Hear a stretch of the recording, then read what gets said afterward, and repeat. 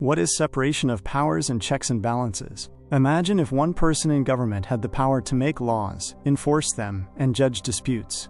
That would be absolute dictatorship, not democracy. To prevent this, we have two important principles: separation of powers and checks and balances. Today, let's simplify them with clear examples. What is separation of powers? Separation of powers is a fundamental principle of democracy that divides government into different branches so that no single branch controls everything. This prevents tyranny by ensuring that the power to make laws, enforce laws, and judge laws is never concentrated in one place or person. The historical source. This idea was systematically articulated by the French Enlightenment philosopher Baron de Montesquieu in his influential book, The Spirit of the Laws, published in 1748.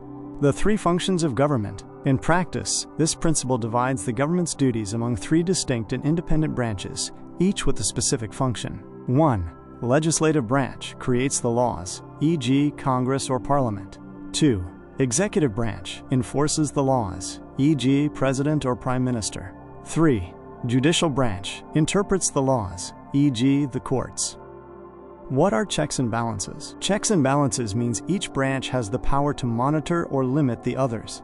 No branch can act alone without being checked. If the National Assembly passes a bill, the President can veto it. If the President signs a law, the courts can strike it down as unconstitutional. If the courts give a ruling, the Legislature can amend the law. In short, separation of powers divides the government into three separate spheres, and checks and balances ties them together, making them mutually reliant and accountable to each other. Why does this system matter? This system of separation of powers and checks and balances is essential for maintaining a free and fair government. It provides four key advantages. 1. Prevents dictatorship. By dividing power among three independent branches, it makes it nearly impossible for any one person or group to seize complete control of the government. This is the primary defense against the tyranny or absolute rule I mentioned earlier. 2. Protects citizens' rights.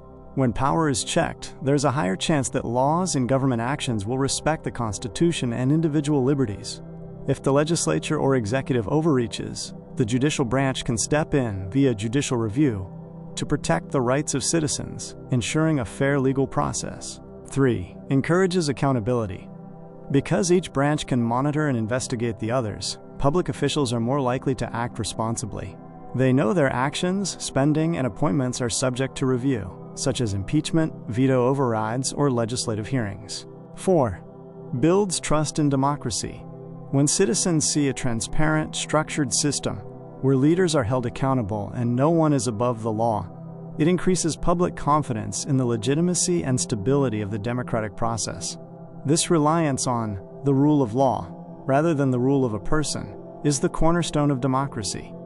Disadvantages and challenges of checks and balances. While essential for liberty, the system of separation of powers and checks and balances is not perfect. As I noted, the very tools designed to prevent tyranny can sometimes become obstacles to effective governance. 1. Slowed decision-making.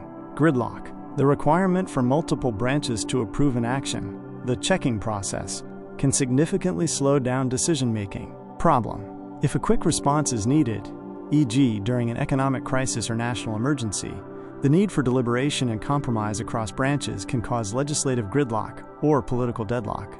Analogy. It's like a three-person committee that needs unanimous consent to buy office supplies. Simple decisions become frustratingly slow. 2. Risk of excessive conflict. The system is built on tension and competition. Ambition, counteracting ambition. This inherent conflict can lead to continuous political fighting rather than cooperation. Problem. When the executive and legislative branches are controlled by different political parties, divided government, partisan conflict often causes the branches to block each other's actions purely for political gain, leading to a standstill rather than balanced policy. 3. Failure due to non-compliance. The principle works only if the political actors are committed to upholding it. Problem. In democracies with weak institutions or highly polarized political environments, as I mentioned, in weak democracies, this principle often exists only on paper. Leaders may ignore or strategically erode the boundaries of the branches. Example, an executive branch might use emergency powers excessively, or the legislative branch might refuse to fund judicial mandates, effectively undermining the system without formally changing the law.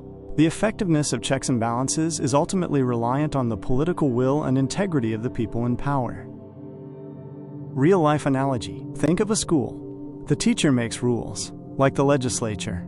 The prefects enforce them, like the executive. The principal settles disputes, like the judiciary. If one person did all three jobs, students would be oppressed. But when powers are separated and balanced, fairness is guaranteed. Effects on democracy. In practice, these principles strengthen democracy, protect citizens from abuse of power, and create stability in governance. Without them, democracy weakens. In summary, separation of powers divides government into three branches. Checks and balances make sure they cooperate fairly. Together, they protect democracy from tyranny. If this video helped you, please like, subscribe, and click the bell icon to get notified when new lessons drop. Share this with your classmates and comment your questions below. And in our next lesson, we'll discuss the rule of law, why no one is above the law. Stay tuned.